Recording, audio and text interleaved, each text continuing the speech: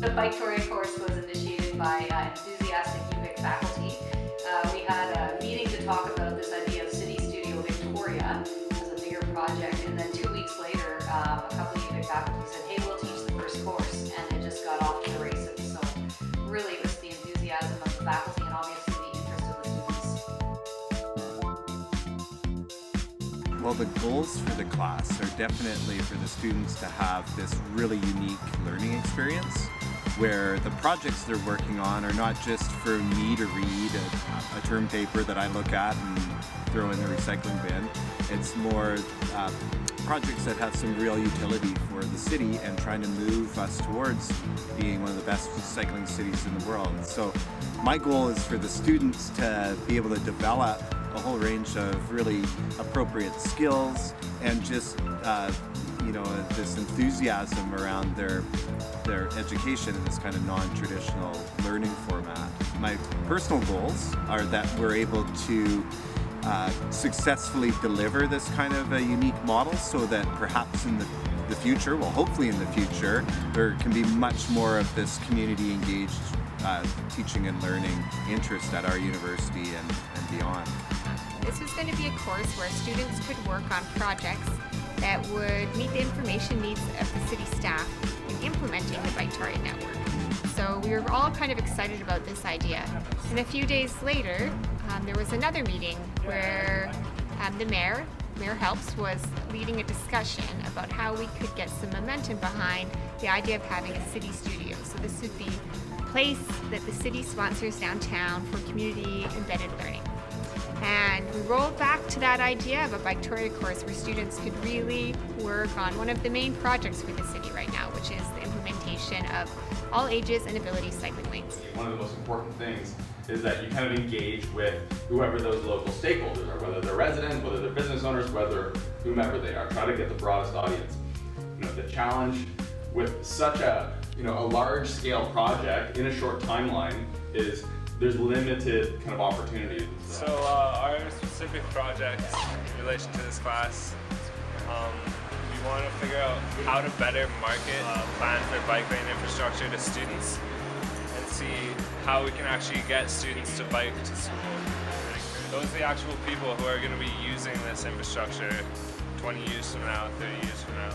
So today we're trying to survey Uvic students to try to find out if they've heard of Biketoria. So we're basically looking at if people have heard of Biketoria, how they've heard of Biketoria, and what's their overall general feelings of what's going on. To go from looking at the theoretical aspect of planning infrastructure and planning, city initiatives and stuff, to actually talking to people on the street, because that's what the city actually has to do, is deal with the public, right?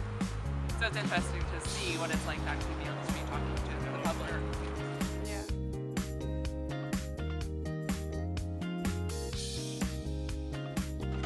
I like biking because it's a way for me to be outside on my way to work.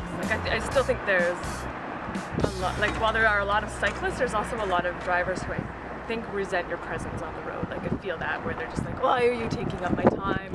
It's so slow. Yeah. I definitely don't feel comfortable, but I just can't bike without there being bike lanes. If there were more bike lanes, I would probably consider it. Cycling can make living in Victoria more affordable than living in the suburbs. Looking at the health impacts, biking adds a minute onto your life for every minute that you cycle. And you live longer and you're healthier for longer. So that also decreases your healthcare costs. And we get lots of I'm for and I'm against. And I think the value that students bring is really a fresh perspective to sift through both the for and against and bring a broader picture, which is really the future of what the city looks like for the next 30 years.